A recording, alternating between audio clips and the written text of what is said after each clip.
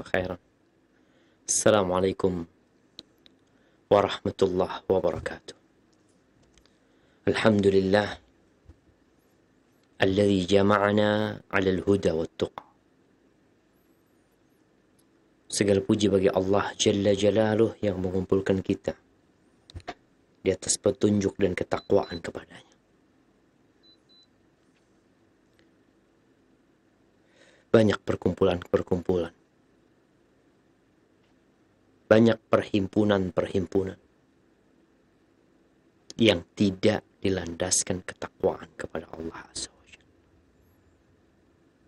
yang kelak semuanya akan berubah menjadi permusuhan. Yang sekarang mungkin bernaung di bawah satu kelompok, bernaung di bawah satu partai.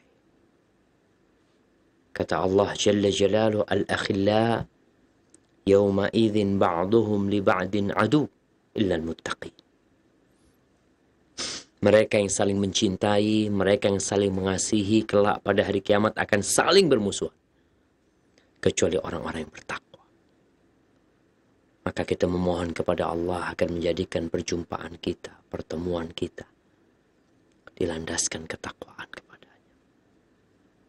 Allahumma salli wa sallim wa zid wa barik wa an'im ala sayyidina wa maulana Muhammadin wa ala alihi wa ashabihi ajma'in. Ya Allah, semoga salawat dan salam senantiasa Engkau curahkan untuk hamba kekasih-Mu, untuk baginda Nabi kita Muhammad alaihi salatu wassalam, yang mengajarkan kepada kita segala kebaikan, yang tidak ada jalan menuju surga kecuali kita ikut di belakang Nabi alaihi salatu wassalam. Karena pintu surga itu hanya beliau yang akan dibukakan untuknya sebagai orang yang pertama kali masuk surga, sallallahu alaihi wasallam. Amma ba'd, jamaah rahimakumullah. Tanggal berapa hari ini?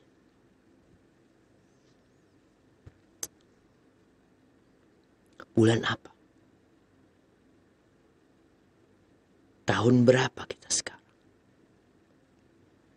Mungkin sebagian ada yang berkata, ya, malam ini tanggal 21 Desember tahun 2020 Masehi.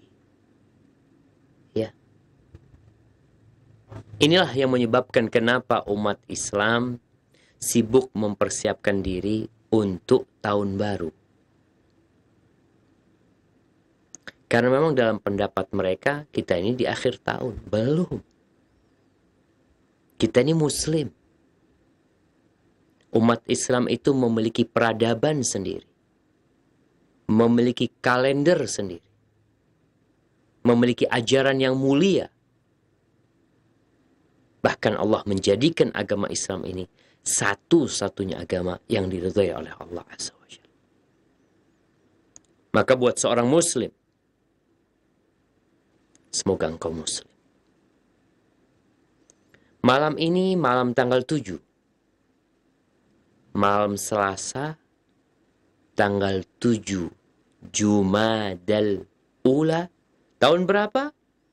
Tahun 2020? Bukan. Tahun 42 Hijriah. 1442 Hijriah. Itu kita.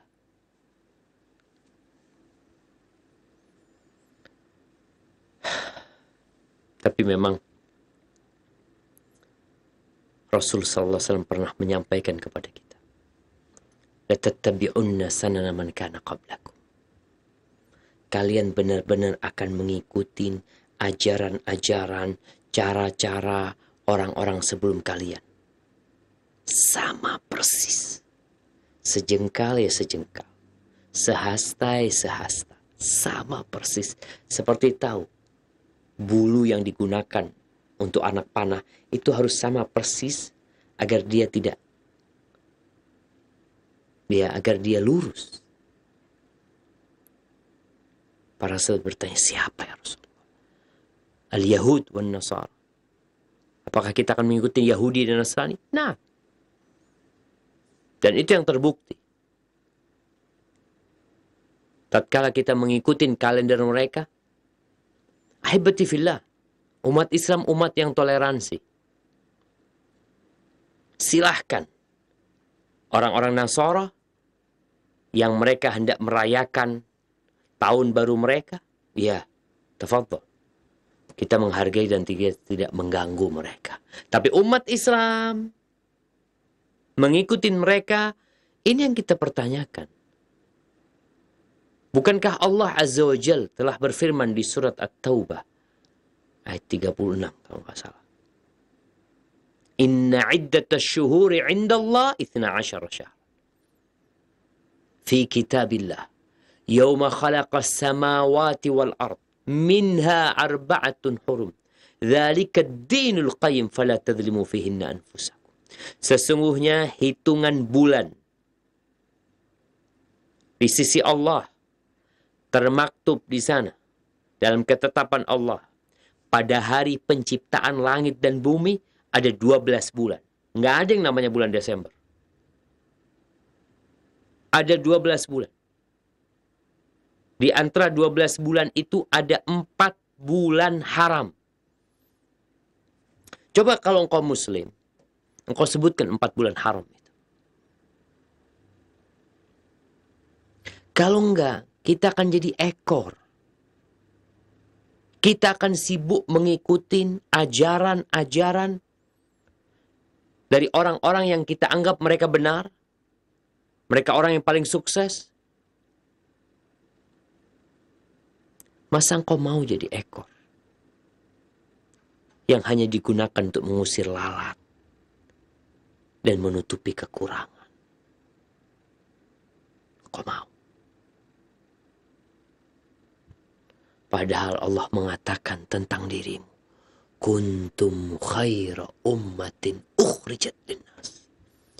Kalian adalah umat terbaik yang dikeluarkan untuk umat manusia. Ta'muruna bil ma'ruf wa tanhauna 'anil munkar wa tu'minuna billah. Kalian menyuruh kepada kebajikan, mencegah perbuatan mungkar, dan kalian beriman kepada Allah Azza wa Jalla. Bagaimana kita hendak beramar ma'ruf kalau kita jadi ekornya orang-orang kafir? Ditanya apa 4 bulan haram, nggak tahu. Coba engkau sebutkan. Sebagai seorang muslim yang memiliki kalender sendiri, kau sebutkan kalender umat Islam. Mungkin kau nggak hafal. Memang nggak peduli dengan agama. Emangnya ada urusan sama agama? Nah, Allah mengatakan dzalika dinul qayyim, itulah agama yang lurus.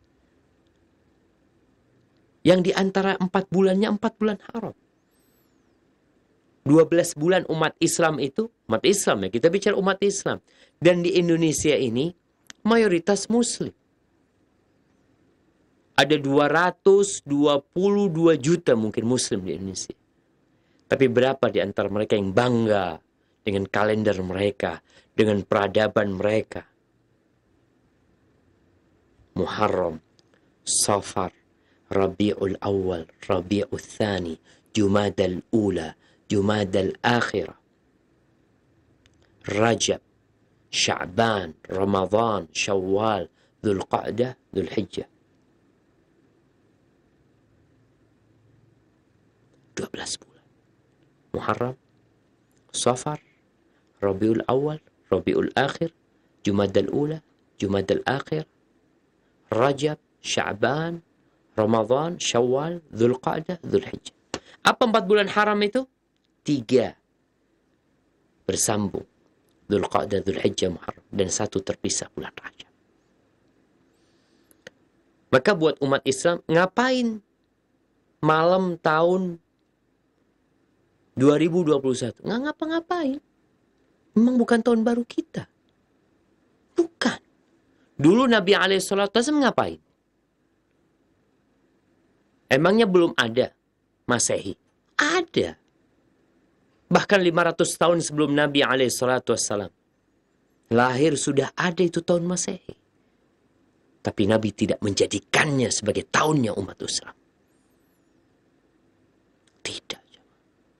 Karena sejatinya semua umat dari sejak penciptaan langit dan bumi, kalender mereka itu ikut bulan, bukan ikut matahari.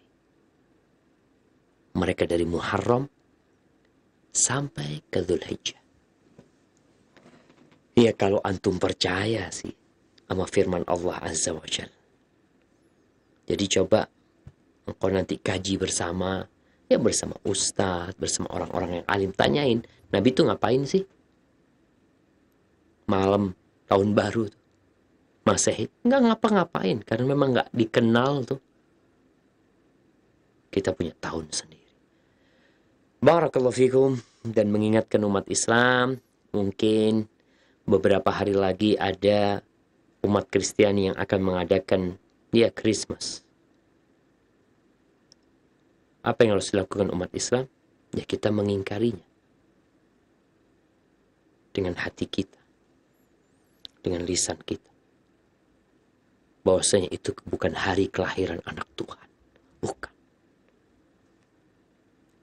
Karena kita punya Tuhan, lam yalid wa lam yulad wa lam yakul lahu kufuwan. Jangan sampai malah kita mengucapkan selamat yang seharusnya kita mengingkari, kita malah mengucapkan selamat atas keyakinan mereka dengan lahirnya anak Tuhan. Bukan berarti kita intoleransi, enggak. Sekali lagi, dalam urusan agama kita sampaikan lakum dinukum waliyadin. Agamamu, agamamu, agamaku, agamaku. Engkau mau melaksanakan agamamu, jangan ajak-ajak aku. Jangan. Barakallahu fikum. Haibati fillah. Kita masuk ke hadis nomor 704. Berkaitan dengan doa Nabi alaihi salatu wassalam. Di sini Al-Imam Bukhari mengatakan haddatsana Ibrahim ibn al-Mundhir. Qala haddatsana Sufyan bin Hamzah. Qala haddatsani Katsir bin Zaid an Abdurrahman bin Ka'ab. قال سمعت جابر بن عبد الله رضي الله عنهما يقول دعا رسول الله صلى الله عليه وسلم في المسجد يعني مسجد الفتح يوم الاثنين ويوم الثلاثاء ويوم الأربعاء فاستجيب له بين الصلاتين من يوم الأربعاء. قال جابر ولم ينزل بي أمر مهم غائض إلا توخيت تلك الساعة فدعوت الله فيه بين الصلاتين يوم الأربعاء في تلك الساعة إلا عرفت الإجابة. Imam Bukhari meriwayatkan dari Jabir bin Abdullah bahwa Jabir bin Abdullah berkata, Rasulullah SAW pernah berdoa di masjid, yakni Masjid Al-Fatah. Jadi masjid yang dibangun di satu bukit namanya Jabal Sala, yang ada di arah barat Masjid Nabawi. Kalau antum menghadap dari Masjid Nabawi, menghadap ke barat tuh, akan melihat ada bukit yang gak terlalu besar. Namanya Jabal Sila atau Sala. Di tempat itu Rasulullah SAW membangun posko pada waktu perang Ahzab, perang Khandaq. Karena dibangun parit yang menyambung dua harrah, dua batu hitam, yang berakhir ya di dekat Jabal Sila ini, sampai ke arah Uhud. Tatkala itu ada 10.000 pasukan orang-orang musyrikin datang ke kota Madinah untuk menghancurkan kota Madinah. Pada tahun kedua terjadi perang Badar. 1000 melawan 313 kira-kira. Allah berikan kemenangan kepada umat Islam. Pada tahun ketiga Hijriah terjadi perang Uhud. Jumlah para sahabat Nabi pada waktu itu 700 melawan 3.000. Mungkin bisa dikatakan umat Islam kalah. Tapi orang-orang musyrikin belum menghabisi umat Islam. Maka pada tahun kelima Hijriah, dengan provokasi dari orang-orang Yahudi, ada Huyai bin Akhtab, bapaknya Sofia.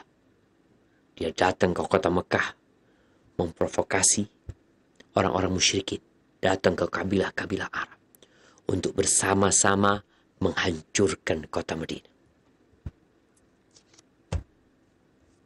Mereka ingin membunuh Nabi Muhammad SAW. Berangkatlah mereka. Pasukan itu pasukan sekutu. Sesampainya di kota Madinah dengan jumlah kekuatan 10.000, mereka mendapati kota Madinah tidak bisa dimasuki. Karena Salman Al-Farisi tatkala bermusyawarah dengan Nabi dan para sahabat yang lain tentang strategi yang harus diambil dalam menghadapi pasukan dengan jumlah yang banyak, maka Salman mengatakan, dulu kita di kampung kita di Persia, kalau akan diserang kita bikin parit. Maka dibuatlah parit. Dalam waktu yang cukup singkat, parit sepanjang 2.200 meter kira-kira. Dengan lebar 9 hasta, dengan kedalaman 7 hasta. Kira-kira seperti itu dibangun dalam waktu ya kira-kira 6-7 hari. Sesampainya di kota Madinah, orang-orang musyrikin, mereka tidak dapat masuk ke kota. Akhirnya mereka mengepung kota Madinah. Pada waktu itu musim dingin. Dengan harapan orang-orang menyerah karena kelaparan dan kesulitan pakan. Akhirnya di sini Jabir bin Abdullah menyebutkan bahwa Rasul Sallallahu Alaihi Wasallam berdoa di Masjid Fatah, tempat beliau bermarkas di situ. Beliau ikut menjaga. Pada hari Senin beliau berdoa. Pada hari Selasa beliau berdoa, belum dikabulkan. Dikepung selama 1 bulan kira-kira. Pada hari Rabu beliau berdoa. Maka kemudian dikabulkan doa beliau yang dipanjatkan di hari Rabu di antara 2 sholat. Yakni di antara sholat zuhur dan sholat asar. Pada hari Rabu itu. Maka Jabir bin Abdullah mengatakan, tidaklah turun kepadaku satu perkara yang menyulitkanku. Ya, perkara yang penting. Melainkan aku berusaha untuk berdoa di waktu itu. Ya, ini bukan di masjid ya. Tapi di waktunya. Itu di hari Rabu, antara salat zuhur dan asar. Fada'utullah fihi. Dan biasanya aku berdoa di waktu itu. Baina salatain. Yaum al-arbi'a. Fi tilka sa'at. Di antara 2 waktu salat. Antara salat zuhur dan asar. Aku berdoa. Illa araftul ijabah. Melainkan aku melihat Allah mengabulkan doa. Ahibati fillah, yang jadi masalah hadis yang baru saja kita baca ini diperselisihkan oleh para ulama kesahihannya.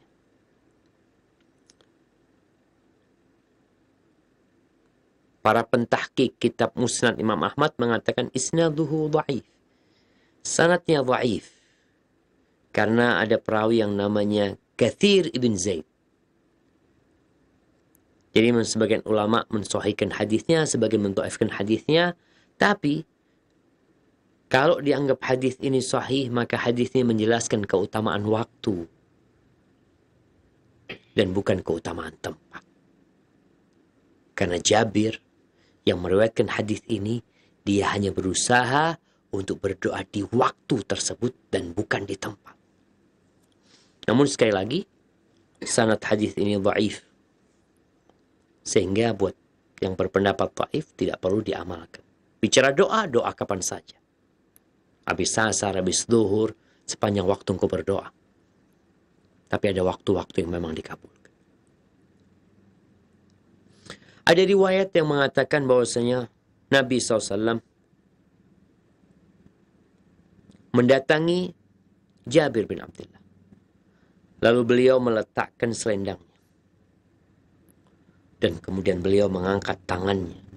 Beliau berdoa atas kehancuran orang-orang musyrikin. Dan beliau tidak sholat waktu itu. Artinya ya di antara dua waktu sholat.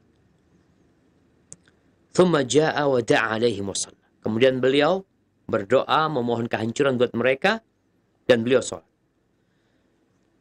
Dan di riwayat Imam Ahmad dan Ibnu Sa'ad disebutkan bahwa Nabi SAW berdoa pada hari Senin, hari Selasa, hari Rabu, antara sholat zuhur dan asar.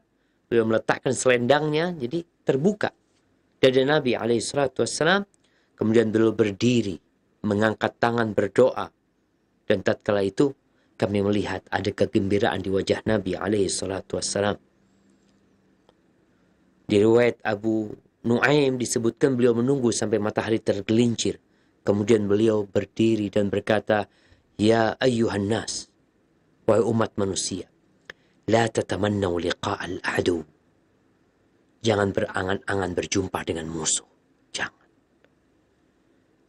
Was'alullaha al-afiyah. Mintalah kepada Allah keselamatan. Fa'idha laqitum, fa'in laqitum, fasbiru. Tapi kalau akhirnya kalian berjumpa dengan musuh, maka sabarlah kalian. Wa'lamu annal jannata tahta dhilalis suyuf. Dan ketahuilah bahwa surga itu di bawah naungan pedang. Ya, ini butuh perjuangan orang masuk surga Allah Azza wa Jalla. Habibati fillah, jadi kembali kepada kesahihan hadis ini.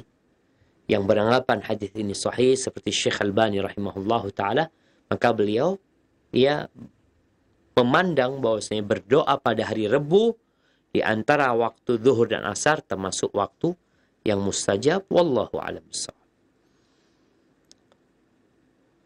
Baik, kemudian di hadis nomor 705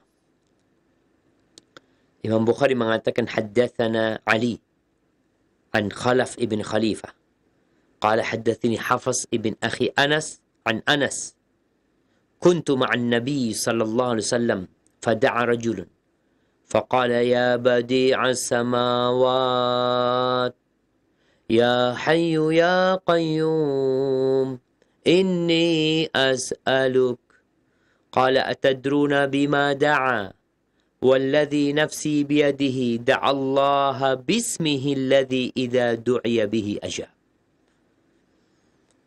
Ini hadis Anas bin Malik. Hadis ini sahih secara sanadnya. Anas mengatakan, suatu hari aku bersama Nabi SAW, lalu ada seorang yang berdoa. Artinya doa dengan suara yang didengar. Apa isi doanya? Dia mengatakan, Ya badi'as samawati wal ard. Wahai yang menciptakan langit dan bumi. Yang ya badi'as samawat. Dia mengatakan ya badi'as samawat. Wahai pencipta langit. Tanpa ada yang menciptakan sebelumnya. Baru. Wahai yang maha hidup. Yang maha mengurusin segala-galanya. Aku memohon kepadamu. Di sini Nabi SAW mengatakan kepada para sahabatnya. Atadruna bima da'a. Kalian tahu nggak dengan apa dia meminta? Walladhi nafsi biyadihi, demi yang jiwaku berada di tangannya, dia telah berdoa kepada Allah dengan nama Allah yang kalau dia dipinta dia akan memberikan. Subhanallah. Di riwayat Imam Ahmad disebutkan bahwa Nabi SAW melewatin Abu Ayyash Zaid bin Samit sedang sholat. Wahwa yaqul, dalam sholatnya dia berdoa, Allahumma inni as'aluka bi anna lakal hamd la ilaha illa anta. Dia mengatakan, ya Allah, sesungguhnya aku memohon kepadamu dengan perantara bagimu segala pujian. Tidak ada Tuhan yang berhak disembah kecuali Engkau. Ya Mannan, ya Badi'as samawati wal ard, wahai yang maha memberi, wahai pencipta langit dan bumi, ya Dzal jalali wal ikram, wahai yang memiliki segala keagungan dan kemuliaan. Di sini Nabi SAW mengatakan, laqad sa'altallah bismihil a'zam alladhi idza du'iya bihi ajab wa idza su'ila bihi a'ta. Engkau telah berdoa memohon kepada Allah dengan namanya yang besar, Ismullah al-a'zam, yang paling besar. Kita tahu Allah memiliki banyak nama-nama yang indah. Dan Allah mengatakan, walillahil asma'ul husna fad'uuhu biha. Allah memiliki nama-nama yang indah, berdoalah dengan nama-nama Allah yang indah itu. Dan di antara nama-nama Allah ada yang paling indah, ada yang paling agung, yang kalau dipinta Allah akan mengabulkan. Kemudian wa idza su'ila a'ta, kalau berdoa orang itu akan dikabulkan, kalau dia minta akan dikasih. Haibati fillah. Maka memang seorang kalau meminta sama Allah tuh, jangan langsung minta-minta, ya Allah, aku kepingin ini, kepingin itu. Panggil Allah Azza wa Jalla. Panggil dengan nama-namanya yang indah. Panggil ya Rahman, ya Rahim, ya Malik, ya Quddus, ya Salam, ya Alim, ya Hakim, ya Jabbar, ya Razzaq, ya Qawi, ya Matin.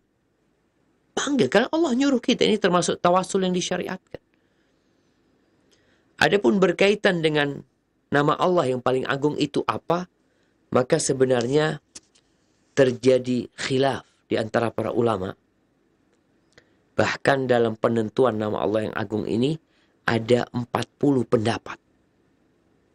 40 pendapat. Ini menunjukkan ya kita panggil dengan semua nama Allah Azza wa Jalla. Al-Hafidh Ibnu Hajar lebih menguatkan pendapat, ada hadis yang bersanad, Allah, Ismullah al-Azam, nama Allah yang paling agung itu adalah Allahu la ilaha illa huwal ahadus samad alladzi lam yalid wa lam yulad wa lam yakul lahu kufuwan ahad. Jadi berdoa mengatakan, Allahumma inni as'aluka bi annaka antallah la ilaha illa antal ahadus samad alladzi lam yalid wa lam yulad wa lam yakul lahu kufuwan ahad. Ini yang dikuatkan oleh Al-Hafidh Ibnu Hajar. Adapun Asy-Syaukani, dia berpendapat bahwa nama Allah yang paling agung adalah La ilaha illa huwal hayyul qayyum. Di sini ada pernyataan mentauhidkan Allah Azza wa Jal. Dialah yang maha hidup, yang mengurusin segala-galanya. Kemudian ada yang berpendapat lagi, ya Ismullah al-A'zam itu Allah itu sendiri. Panggil dengan nama ya Allah, Allahumma. Itu nama Allah yang agung. Namun ahibati fillah, apa yang kita baca baru saja ini berkaitan dengan doa yang disebutkan Jabir bin Abdullah, bahwa Nabi SAW mendengar sahabat mengatakan, Ya badi'as samawati wal ard, Ya Mannan, ya Dzal jalali wal ikram, Ya badi'as samawati wal ard. Itu termasuk doa-doa yang seharusnya kita baca sebagai perantara tatkala memohon kepada Allah Azza wa Jalla. Ahibati fillah, Allah itu maha terpuji. Pujilah Allah sebelum engkau meminta. Barakallahu fikum. Baik, masuk hadis nomor 706. Al-Imam Bukhari mengatakan, haddatsana Yahya bin Sulaiman. Ana izin minum dulu ya, Ma. Bismillah.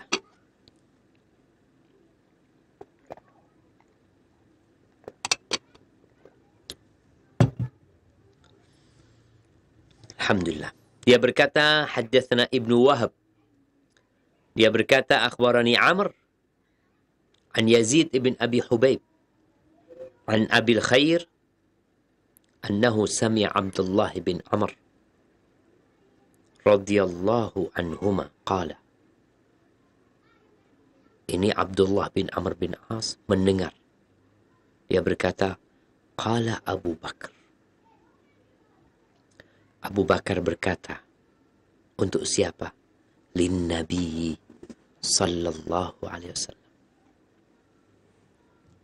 Siapa yang tidak kenal dengan Abu Bakar Siddiq radhiyallahu anhu? Yang seringkali Nabi alaihi salatu wassalam mengatakan kuntu wa Abu Bakar wa Umar. Aku bersama Abu Bakar dan Umar. Dia yang mendampingi Nabi alaihi salatu wassalam di dalam gua Thawr tatkala beliau hijrah alaihi salatu wassalam. Beliau yang mengorbankan semua hartanya demi berlangsungnya dakwah Rasul sallallahu alaihi wasallam.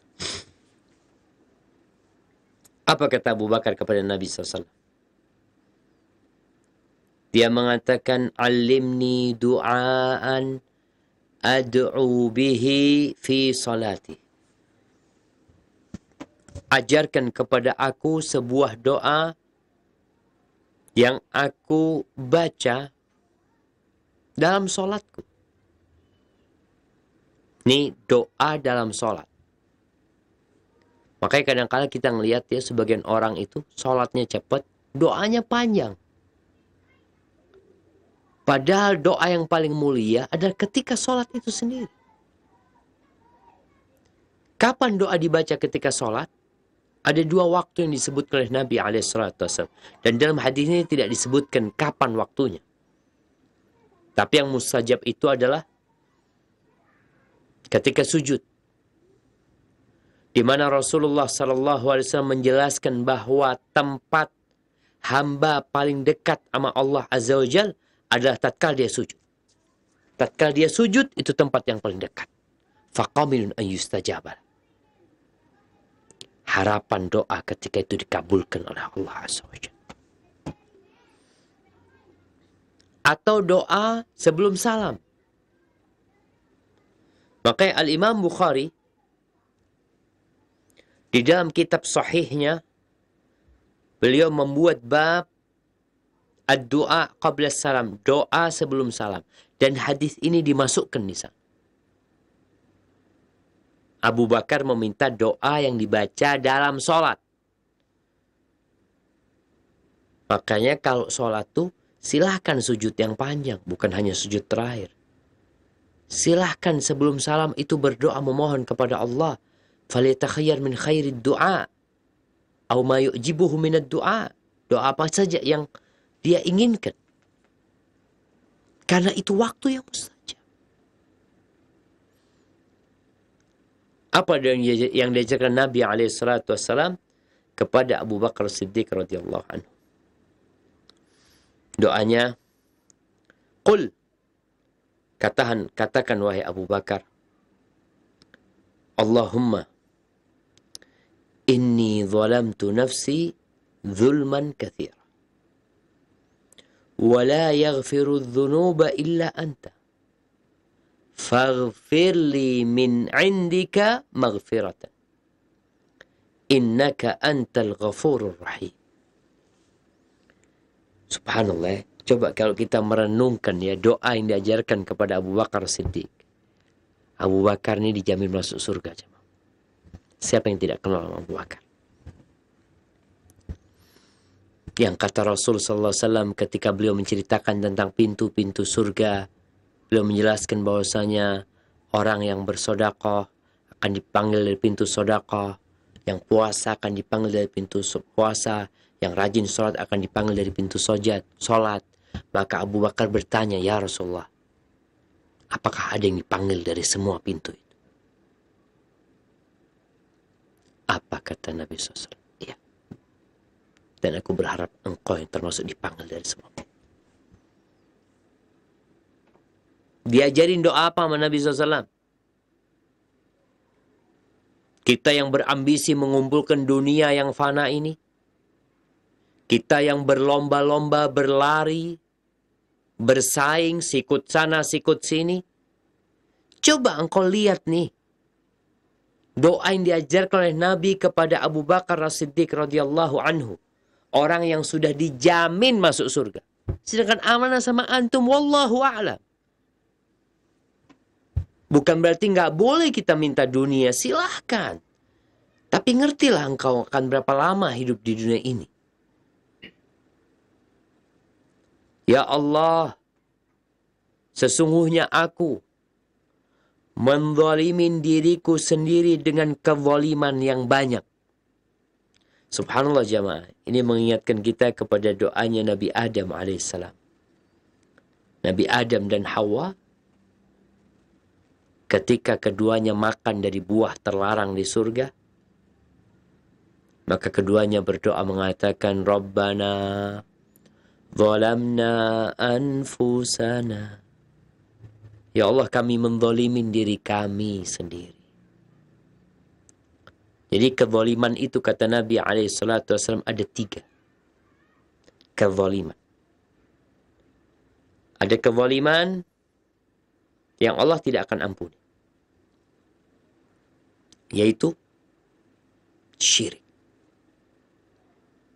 Allah mengatakan inna syirka la zulmun azim. Kesyirikan itu benar-benar kezaliman yang besar. Ini yang pertama. Bentuk kezaliman yang Allah tidak akan mengampuni kecuali orang itu bertobat kepada Allah SWT, meninggalkan kesyirikan. Yang kedua, ada kezaliman yang Allah tidak akan tinggalkan. Allah akan tegakkan keadilan buat kezaliman ini, yaitu menzalimin orang lain. Dan yang ketiga, menzalimin diri sendiri dengan berbuat dosa yang dibawa dosa syirik. Di sini Abu Bakar diajarin doa sama Nabi SAW. Ya Allah, sesungguhnya aku menzalimin diriku dengan kezaliman yang banyak. Wala yaghfiru dzunuba illa anta. Dan tidak ada yang mengampuni dosa-dosa melainkan hanya engkau semata. Faghfirli min indika maghfiratan. Faghfirli min indika maghfiratan. Ada riwayat yang mengatakan faghfirli maghfiratan min indik. Dua-duanya sahih. Tapi yang lebih utama, faghfirli, ampuni untuk aku dari sisimu. Apa? Pengampunan dosa. Ditutupinya dosa-dosa kita. Dihapuskannya dosa-dosa kita. Innaka antal ghafurur rahim. Sesungguhnya engkau maha pengampun dan maha pengasih. Haibati fillah. Sudah menjadi kodrat manusia berbuat dosa. Ana dan antum akan terus berbuat dosa. Tapi engkau harus tahu, Allah menghendaki dosa itu terjadi. Tapi Allah membenci perbuatan dosa itu. Dan Allah menyukai taubat. Tatkala engkau terjerumus ke dalam perbuatan dosa, berbuat dosa lagi, kembali kepada Allah Azza wa Jalla. Baca nih setiap sholat. Minta sama Allah. Katakan, Rabbi Allahumma inni zalamtu nafsi zulman kathira. Wa la yaghfiru dhunuba illa anta. Faghfir li min indika maghfiratan. Innaka antal ghafurur rahim. Ingat, orang bertakwa itu bukan orang yang tidak berbuat dosa. Tapi tatkala dia berbuat dosa, dia berdoa meminta kepada Allah Azza wa Jalla. Doa ini diajarkan kepada Abu Bakar. Abu Bakar mengamalkannya. Gimana dengan kita? Ketika Allah menyebutkan penghuni surga, bagaimana sifat mereka?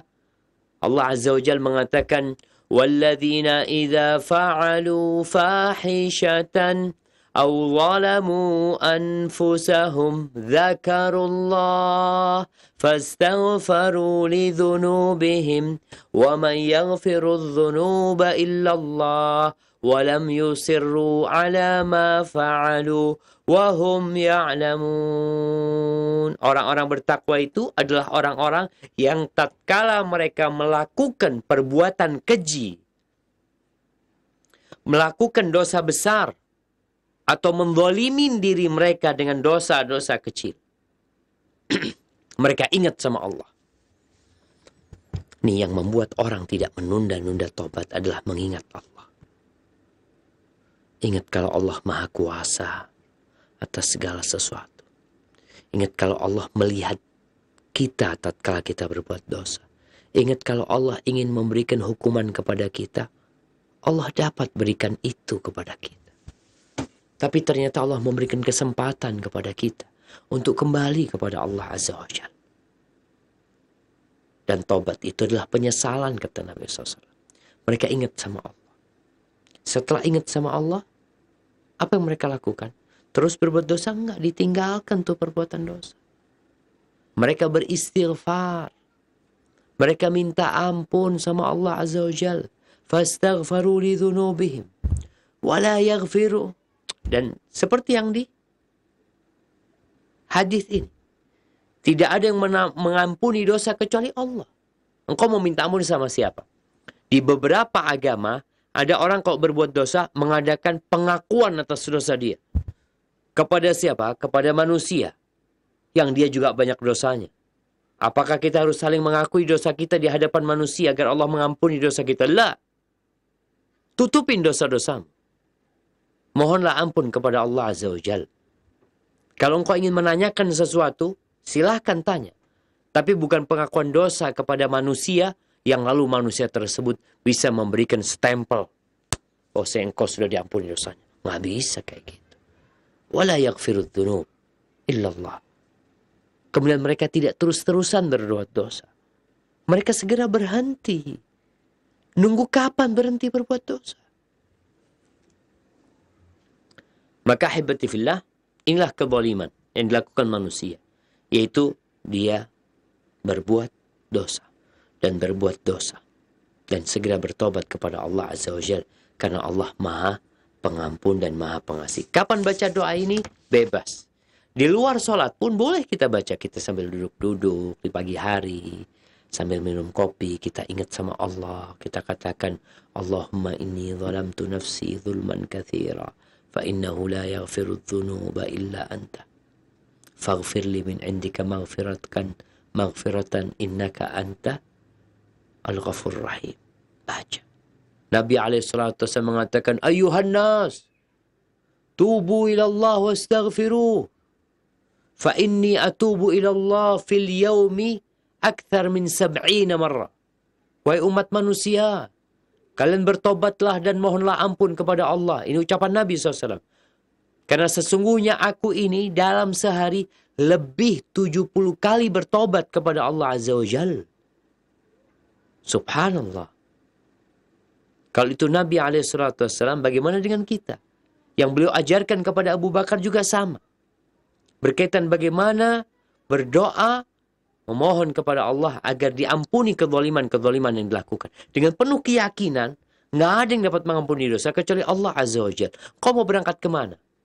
Dan ingat, pintu tobat selalu terbuka. Dan jangan pernah putus asa untuk datang kepada Allah Azza wa Jalla. Barakallahu fikum. Baik jamaah, di bab selanjutnya, bab ini cukup panjang ya. InsyaAllah mungkin Anda akan bacakan babnya. Kita akan baca hadisnya di pertemuan yang akan datang. Babun idza khafas sultan. Bab tatkala kita takut sama penguasa. Takut mereka melakukan kezaliman. Karena kadang-kala penguasa ketika melakukan kezaliman, ya dia melakukan dan biasanya dia kebal hukum. Karena dia yang bikin hukum. Semau dia. Dia bisa merekayasa hukum. Dia bisa bikin semau dia. Gimana sikap kita? Tatkala takut dengan penguasa yang zalim. Yang kita takutkan dia akan membahayakan diri kita. Membahayakan keluarga kita. Ingat, kita punya Allah Azza wa Jalla. Dan ini insya Allah yang akan jadi pembahasan kita pada perjumpaan yang akan datang. Tentang apa doa yang kita baca tatkala kita takut dengan penguasa yang zalim. Hadza wallahu a'lam bissawab. Itu yang bisa kita kaji pada kesempatan kali ini. Mungkin kita masuk ke sesi tanya jawab. Nah, Anda persilahkan. Barakallahu fikum. Jazakallahu khairan, kami sampaikan kepada Ustaz Dr. Syafiq bin Riza Basalamah MA Hafizahullah Ta'ala yang telah membimbing kita di malam hari ini dalam pembahasan kitab Al-Adabul Mufrad karya Al-Imam Al-Bukhari rahimahullahu ta'ala. Dan untuk berikutnya kami undang Anda para pemirsa Roja TV dan pendengar Radio Roja dimanapun Anda berada dalam memasuki sesi tanya jawab. Baik, kita akan coba angkat pertanyaan pertama, lebih tepatnya permohonan doa Ustadz. Baik, dari hamba Allah ingin memohon doa Ustadz. Saya seorang mu'alaf Ustadz. Alhamdulillah kedua orang tua saya beserta saudara menerima keputusan saya untuk menjadi muslimah. Alhamdulillah silaturahim kami sampai saat ini baik. Mohon doanya Ustadz agar kedua orang tua dan saudara-saudara saya diberikan hidayah dan diwafatkan dalam keadaan iman dan Islam.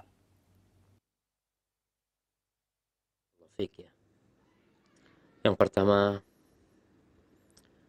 kita bersyukur atas hadirnya saudari baru kita yang diberi petunjuk oleh Allah Azza wa Jal dan dia menerima hidayah itu, kemudian dia masuk Islam. Semoga beliau ditetapkan di atas agama Allah ini, dan semoga keluarganya, orang tuanya, saudara-saudara yang diberi petunjuk oleh Allah Azza wa Jal beri hidayah dan taufik untuk masuk ke dalam agama Islam ini. Dan semoga saudara-saudara kita yang mungkin memiliki kerabat yang sama ceritanya yang masih belum masuk Islam, semoga Allah memberikan hidayah kepada mereka. Yang pertama, kalau bicara dia minta doa, tapi Anda juga ingin memberikan nasihat agar setelah engkau menerima agama Allah ini, engkau punya kewajiban untuk belajar. Karena ada orang yang mu'alaf yang masuk Islam, tapi terkadang nggak sholat, ya. Bahkan nggak peduli sama agamanya. Karena sebagian masuk Islam itu bukan disebabkan keyakinan dan pengetahuan tentang Islam, tapi karena ikut istri atau ikut suami. Maka nasihat Anda, belajarlah dan terus berdoa kepada Allah Azza wa Jal sehingga kau jadi tahu apa sih agama Islam yang sebenarnya ini. Karena kadang-kadang kau melihat ada oknum-oknum dari umat Islam yang tidak mencerminkan sikap seorang muslim yang sebenarnya. Barakallahu fiik, dan banyak-banyak berdoa, ya muqallibal qulub tsabbit qalbi ala dinik. Hadza wallahu a'lam bissawab. Nah. Jazakallahu khairan Ustaz atas doanya dan nasihatnya. Dan untuk berikutnya kita akan coba angkat penanya melalui line telepon. Kami persilahkan. Halo, Assalamualaikum. Waalaikumsalam warahmatullahi wabarakatuh. Dari siapa, di mana Ibu? Dari hamba Allah di Riau. Baik, silakan Ibu. Ustaz, kita itu perasaan takut kepada Allah itu memang ada. Akan tetapi sering tergelincir dengan perbuatan dosa yang lain. Bagaimana kita supaya jangan berbuat dosa itu, Ustaz? Terima kasih. Assalamualaikum warahmatullahi wabarakatuh. Waalaikumsalam warahmatullahi wabarakatuh. Tafadhol Ustaz. Barakallahu fikum. Di antara hikmah orang itu berbuat dosa, agar dia tidak ujub, tidak sok suci, sehingga dia terus hidup mengabdi kepada Allah dengan rasa takut dan menghinakan diri, dan juga berharap kepada Allah Azza wa Jalla. Kalau pertanyaannya bagaimana agar kita menghadirkan rasa takut kepada Allah, agar kita tidak tergoda dengan nafsu kita dan tidak terseret dengan bisikan iblis, tapi kadang-kala kita lupa. Itu yang terjadi dengan Nabi Adam alaihissalam. Dia lupa, tapi kemudian dia bertobat dan menjadi lebih baik alaihi salatu wassalam. Jadi bagaimana menghadirkan rasa takut itu? Yang pertama dipinta. Berdoa minta sama Allah. Karena memang rasa takut ini subhanallah. Allah memuji orang-orang yang takut kepada Allah tatkala dia sendirian. Tatkala tidak ada yang melihat, dia tetap takut sama Allah.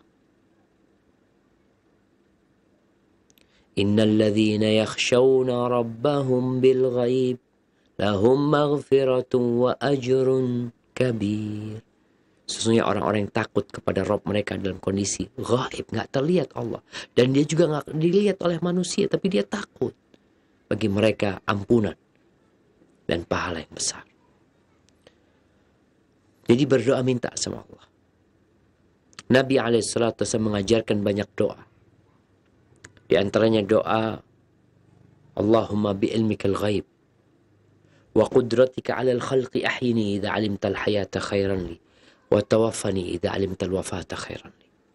Ya Allah, dengan ilmumu, dengan segala sesuatu yang gaib dan kekuasaanmu dalam penciptaan, hidupkan aku ya Allah kalau kehidupan itu baik buat aku, dan matikan aku kalau kematian itu baik buat aku. Allahumma inni as'aluka khasyataka fil ghaibi wasyahadah. Ya Allah, aku memohon kepadamu rasa takut kepadamu dalam kondisi sedang sendirian atau sedang dilihat orang. Minta kepada Allah SWT. Doa lainnya Nabi SAW mengatakan, Allahumma qsim lana min khasyatika ma tahulu bihi bainana wa baina ma'asik. Ya Allah, anugerahkan, bagikan buat hamba rasa takut kepadamu yang jadi penghalang hamba dari berbuat maksiat kepadamu. Orang itu kalau takut nggak mungkin dia berbuat dosa. Setelah berdoa, maka engkau pelajari tentang dahsyatnya hukuman Allah Azza wa Jalla. Sehingga orang itu jadi takut ketika tahu hukumannya begitu menakutkan, ya. Umpamanya lah, kalau di Indonesia ini yang membunuh dibunuh tuh. Pembunuh itu berhenti membunuh. Nggak ada ceritanya pembunuh bayaran lagi. Karena dia tahu dia bakal dibunuh. Buat apa aku membunuh, dapat duit lalu aku mati? Ada efek jerah, ada rasa takut. Maka kita perlu tahu dengan hukuman yang Allah akan berikan kepada hambanya. Sehingga kita nggak jadi berbuat dosa. Karena mengingat hukuman yang Allah berikan. Itu membantu kita untuk meninggalkan dosa. Kemudian yang ketiga, melihat orang-orang terdahulu yang Allah hancurkan mereka karena dosa-dosa mereka. Maka Allah berulang kali menyebutkan dalam Al-Quran itu tentang kaum-kaum yang dihancurkan agar kita takut. Alam tara kaifa fa'ala rabbuka bi'ad إرم ذات العماد التي لم يخلق مثلها في البلاد وثمود الذين جابوا الصخر بالواد وفرعون ذي الأوتاد الذين طغوا في البلاد فأكثروا فيها الفساد فصب عليهم ربك سوط عذاب إن ربك لبالمرصاد. Apa engkau tidak melihat apa yang Allah lakukan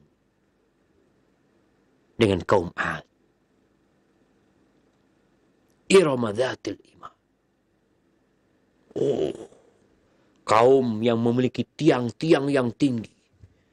Katakan kaum 1000 tiang, mungkin mereka memiliki tenda-tenda yang besar.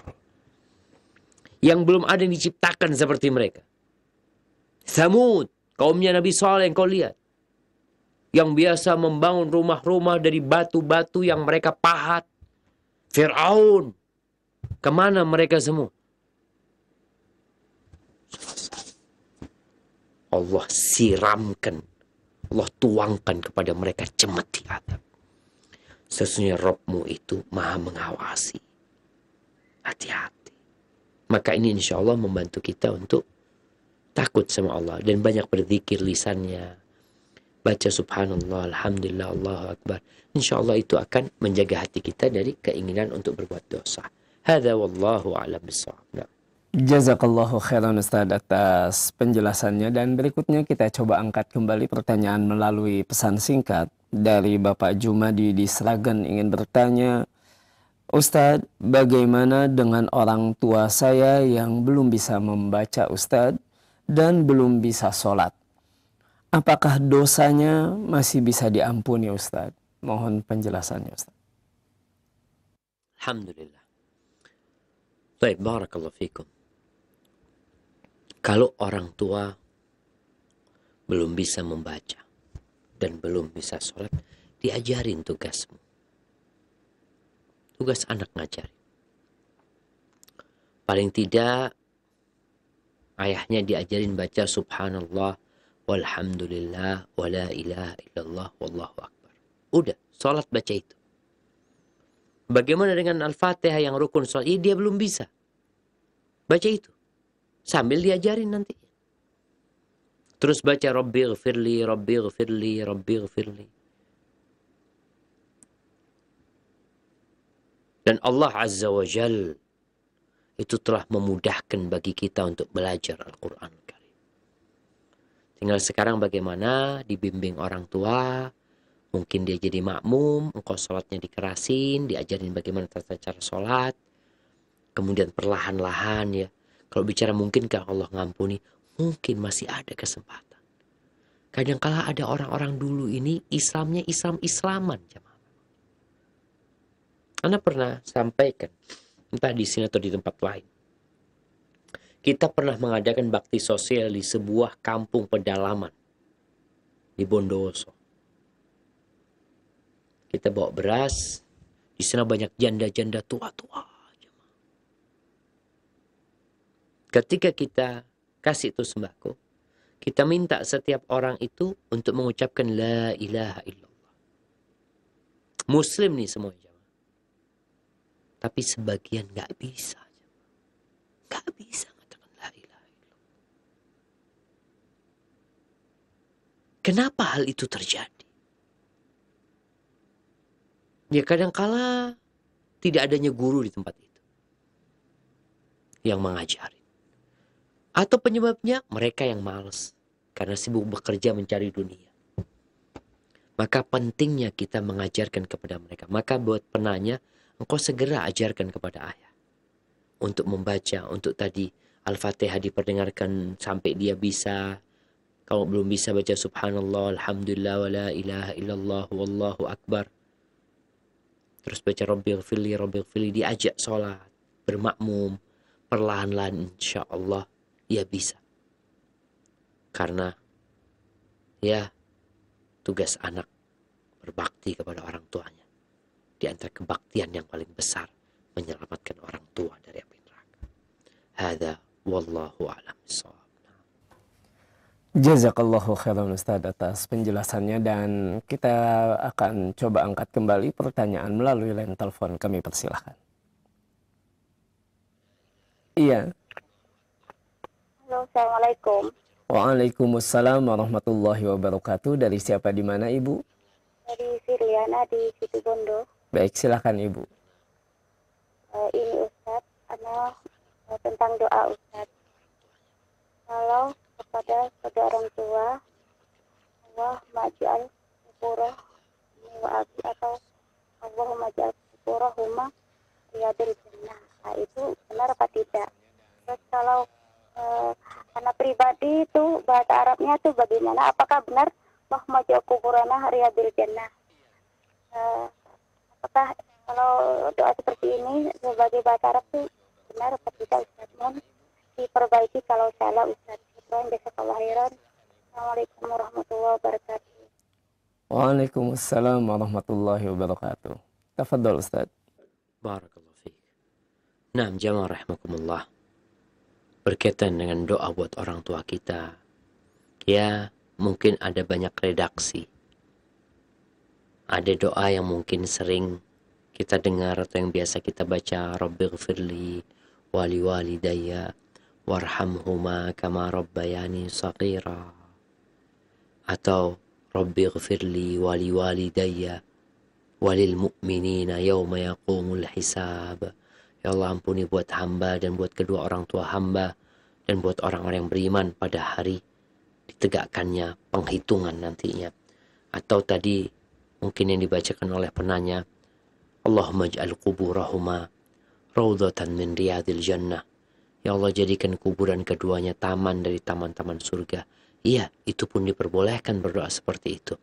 Allahumma ighfir lahuma warhamhuma wa'afihima wa'fu anhuma tajawaz an sayyi'atihima waj'al qabrahuma raudhatan min riyadil jannah. Jadi mungkin yang lebih tepat, qabrahuma raudhatan min riyadil jannah. Hada Wallahu a'lam bishawab. Dan sebagai seorang anak, jangan pernah lupa mendoakan orang tua. Nggak harus dengan bahasa Arab. Bisa jadi engkau membaca doa itu dengan bahasa Indonesia. Kalau keduanya sudah meninggal, berarti kita minta ampunan untuk keduanya. Tapi kalau keduanya masih hidup, maka kita minta bagi keduanya hidayah dan rahmat Allah buat keduanya. Ya, ampunan tetap kita mintakan untuk keduanya.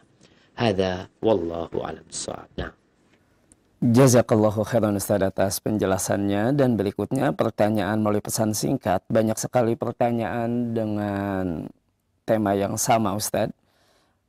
Saya bacakan dari hamba Allah di Bukit Tinggi. Pertanyaan Ustaz, begitu banyak doa-doa Nabi yang tidak anak ketahui Ustaz. Di mana ya Ustaz bisa membaca doa Nabi tersebut?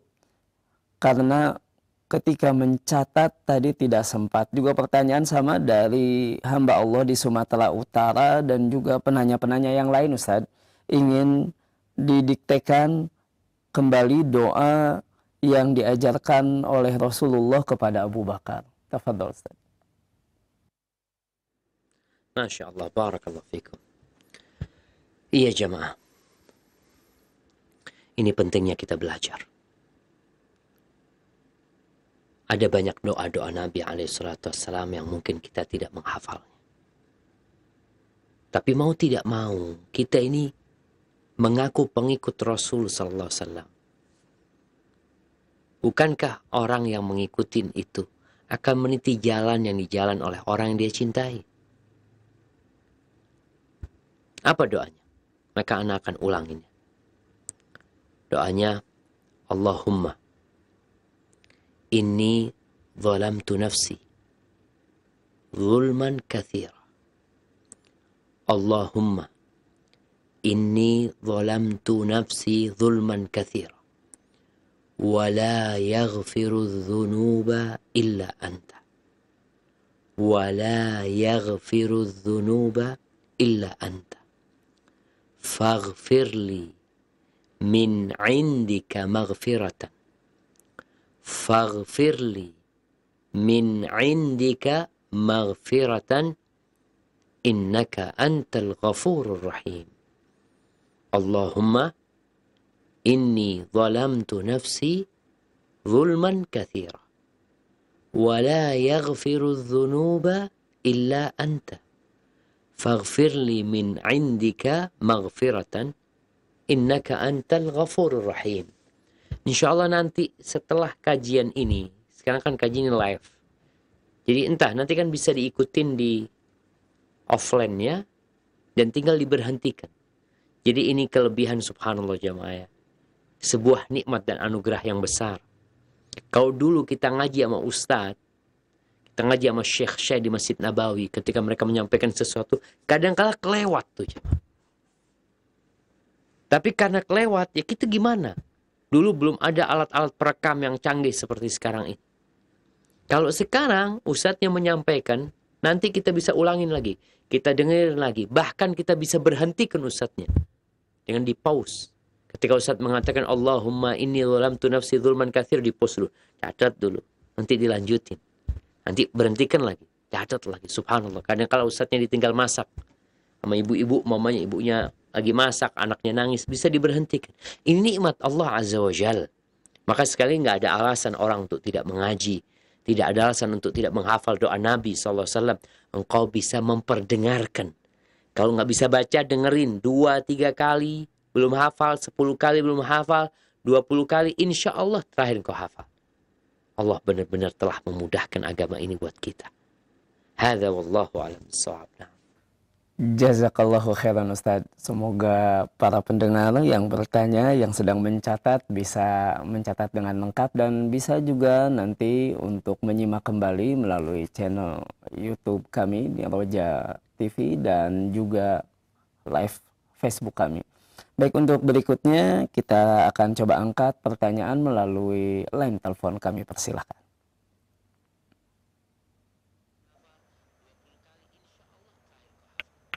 Iya. Halo, Assalamualaikum. Waalaikumsalam warahmatullahi wabarakatuh. Dari siapa di mana Bapak? Suhendi dari Sumatera Selatan, Musi Banyuasin. Masya Allah. Baik, mohon dikecilkan terlebih dahulu televisinya Bapak Suhendi. Silahkan. Ini Pak, saya itu kalau sembahyang di sujud yang terakhir itu selalu meminta, ya Allah berikanlah rahmatmu, berikanlah taufikmu, berikanlah hidayahmu. Semoga aku menjadi hamba-Mu yang beriman dan bertakwa dan diampuni dosa-dosaku.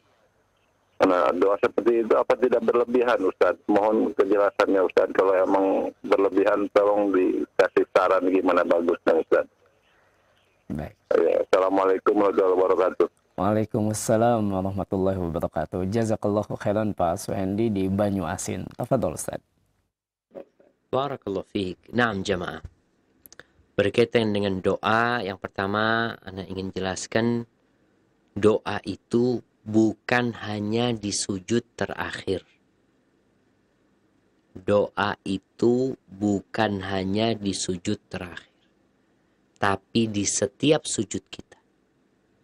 Jadi seharusnya kita sudah mulai berdoa, mulai sujud pertama, setelah kita mengatakan subhana rabbiyal a'la, subhana rabbiyal a'la, subhana rabbiyal a'la wa bihamdi umpamanya. Setelah itu kita berdoa. Hanya saja bicara doa pakai bahasa Arab, doa yang dari Nabi SAW, itu yang lebih utama dan lebih aman buat kita. Kalau nggak bisa bahasa Arab, belajar bahasa Arab. Nggak bisa belajar, ya udah berdoa dengan bahasa Indonesia. Semoga nggak ada masalah tatkala memang dia nggak mampu berbahasa Arab. Kalau tadi yang dibaca doa oleh Bapak Suhendi, ya insya Allah nggak ada masalah tatkala minta ampunan, minta taufik, minta rahmat Allah Azza wa Jal. Itu termasuk makna dari doa-doa yang diajarkan oleh Nabi SAW tatkala memohon kepada Allah Azza wa Jal. Cuma memang tadi Ana kurang dengar tentang akhir dari doa yang dibaca, tapi selama yang diminta adalah rahmat, taufik Allah, ya agar kita dikasih kekuatan mengamalkan agama ini, diampuni dosa-dosa kita, dosa-dosa orang tua kita, insya Allah itu tidak berlebih-lebihan. Memang kalau kita bikin doa sendiri, rawan. Resiko salah. Resiko berlebih-lebihan. Tapi kalau doa yang diajarkan Nabi SAW, aman 100%. Hadza wallahu a'lam bissawab. Nah. Jazakallahu khairan Ustaz atas penjelasan dan nasihatnya. Dan untuk berikutnya Ustaz, kembali pertanyaan melalui pesan singkat dari Ummu Wulan di Bogor. Ingin bertanya Ustaz, apakah jika kita berdoa di waktu sujud Ustaz, harus bersolawat juga? Mohon penjelasannya Ustaz. Naam, barakallahu fikum. Haibati fillah. Berkaitan dengan doa ketika sholat. Jadi sebenarnya sholat ini adalah rangkaian ibadah. Yang jelas kita tahu dimulai dengan Allahu Akbar. Kita baca setelah itu doa iftitah. Umpamanya kita baca Allahumma ba'id baini wa baina khatayaya kama ba'adta bainal masyriq wal maghrib wa naqqini min khatayaya kama yunaqqa thawbul abyad min ad-danas wa ghasilni min khatayaya bil ma'i wal thalji wal barad. Kemudian setelah itu baru a'udzubillahi minasyaitonir rajim, terus baca bismillahirrahmanirrahim. Di situ kita lihat nggak ada selawat. Kemudian ketika nanti ruku, di situ ada doa juga. Subhanakallahumma wa bihamdika Allahumma ighfirli. Minta ampunan juga di situ. Dan di situ nggak ada salawat buat Nabi SAW. Kemudian nanti tatkala kita berdiri ya, iktidal, nanti kita sujud.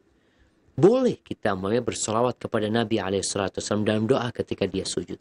Namun karena ini rangkaian suatu ibadah, yang di situ ada salawat buat Nabi SAW. Kapan? Kita akan salawat sebelum salam. Jadi doa yang tidak ada salawatnya, itu doa yang terputuskan. Tapi doa kita, walaupun ketika sujud kita nggak baca salawat, karena sejatinya kita akan baca salawat. Kita belum selesai, rangkaian ibadah kita belum selesai. Sehingga tetap dikatakan doa kita bersalawat buat Nabi SAW, karena kita tidak menutup salat kecuali kita bersalawat kepada Nabi alaihi salatu wassalam. Tapi ketika sujud kita juga mau bersalat kepada Nabi alaihi salatu wassalam, nggak apa-apa, karena itu termasuk doa juga. Hadza wallahu a'lam bissawab. Jazakallahu khairan Ustaz. Dan untuk berikutnya kembali kita coba angkat pertanyaan melalui line telepon. Kami persilahkan. Iya. Halo, Assalamualaikum warahmatullahi. Waalaikumsalam warahmatullahi wabarakatuh. Dari siapa, di mana Ibu? Dari Umu Ibrahim di Medan. Baik, silakan. Begini Ustadz, saya mau bertanya, ketika kita berbuat baik kepada seseorang atau beramal baiklah gitu ya Ustadz, terkadang ada setelah kita berbuat baik itu ada perasaan seperti oh aku udah berbuat baik, oh kayaknya bisa ada pujian, tapi sebenarnya Ustadz gimana ya, susah bilangnya itu, kita kembali beristighfar sebenarnya pengen tidak dipuji manusia ataupun tidak ria, tapi setiap kali ada amal kebaikan ada seperti bisikan begitu Ustadz di hati, apakah itu was-was setan atau memang tanpa sadar memang kita yang berasa ujub gitu ya Ustadz, apakah ada kiat-kiat untuk agar tidak ada perasaan seperti itu Ustadz. Terus boleh nggak Ustadz bertanya satu lagi? Baik, cukup satu terlebih dahulu, Umu Ibrahim. Hai Ustadz. Jazakumullah khairan wa barakallahu fikum. Assalamualaikum warahmatullahi wabarakatuh. Waalaikumsalam warahmatullahi wabarakatuh. Tafadhol Ustadz. Barakallahu fikum. Ahibati fillah.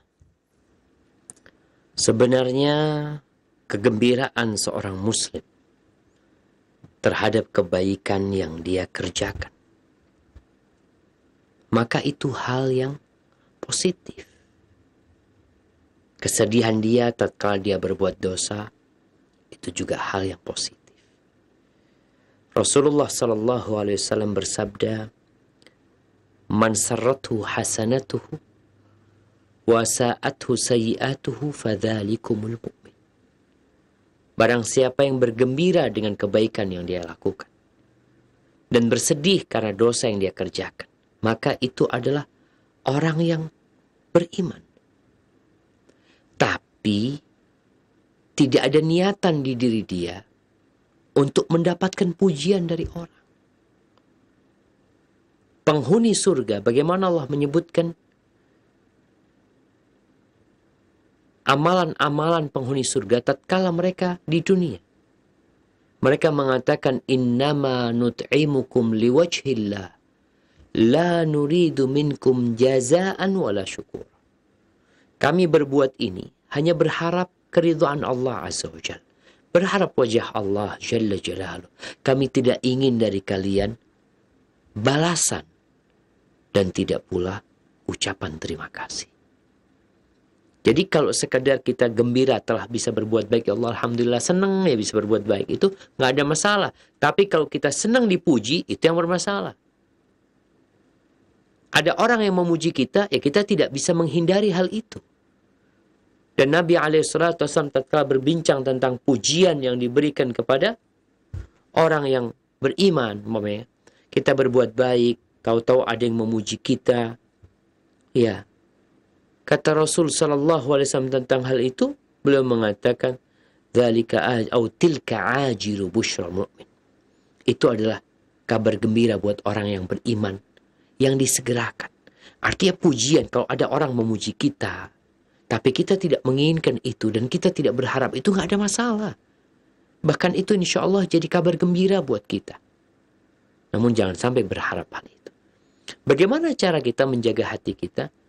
Di antara yang perlu kita lakukan adalah menyembunyikan amal perbuatan kita. Bersedekahlah yang tangan kirimu tidak tahu dengan apa yang kau berikan. Sehingga kita akan selamat dari pujian orang. Karena memang nggak ada orang yang tahu dengan perbuatan kita. Hanya Allah dan kita. Sembunyikan semaksimal mungkin.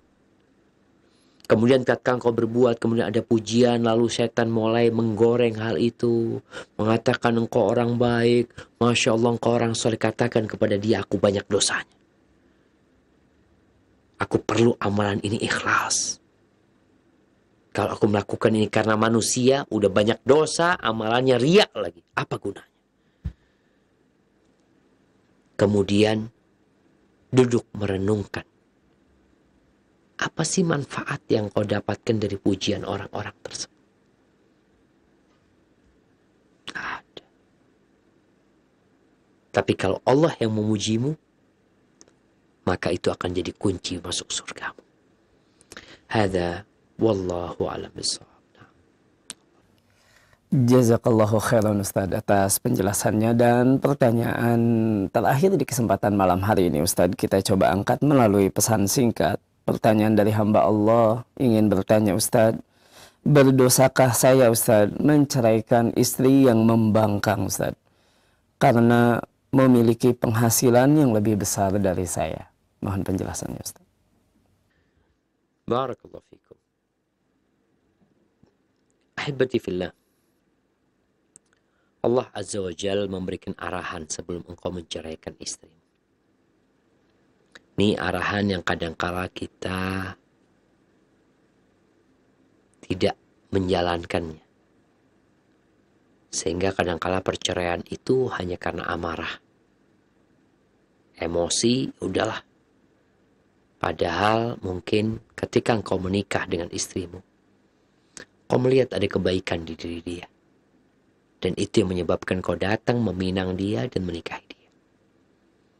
Allah Azza wa Jalla mengatakan di surat An-Nisa, "Wallati takhafuna nushuzahunna fa'idhuhunna." Dan wanita-wanita yang kalian takut mereka membangkang, mereka tidak menurut. Apa yang harus dilakukan suami? Fa'idhuhunna. Kasih nasihat dia. Kasih wejangan dia. Dudukkan dia, cari waktu yang tepat. Sampaikan cintamu kepada dia, sehingga engkau ingin bersama dia menuju surga Allah Azza wa Jalla. Setelah dikasih nasihat dengan cara yang baik, dengan dimukus cinta, tapi dia tetap tidak mau mendengarkan nasihat, ya tadi membangkang karena merasa gajinya lebih besar. Cara yang kedua, wahjuruhunna fil madaji. Pisah ranjang. Jangan digaulin dia. Ini salah satu bukti keseriusanmu memberikan nasihat. Tapi kebanyakan laki-laki ngasih nasihat istrinya tetap membangkang, dia kumpulin istrinya di malam hari. Maka sang istri akan melihat, oh suaminya nggak akan menceraikan dia. Suaminya butuh sama dia. Buktinya dia tidak meninggalkanku. Tapi kalau pisah ranjang untuk menunjukkan keseriusanmu. Namun kalau ternyata hal itu tidak berhasil, ya cerai menjadi solusi ya. Memang ada proses yang ketiga, wadribuhun. Pukul mereka. Kalau memang memukul itu dapat merubah dia. Ada gunanya. Kalau nggak ada jangan gitu.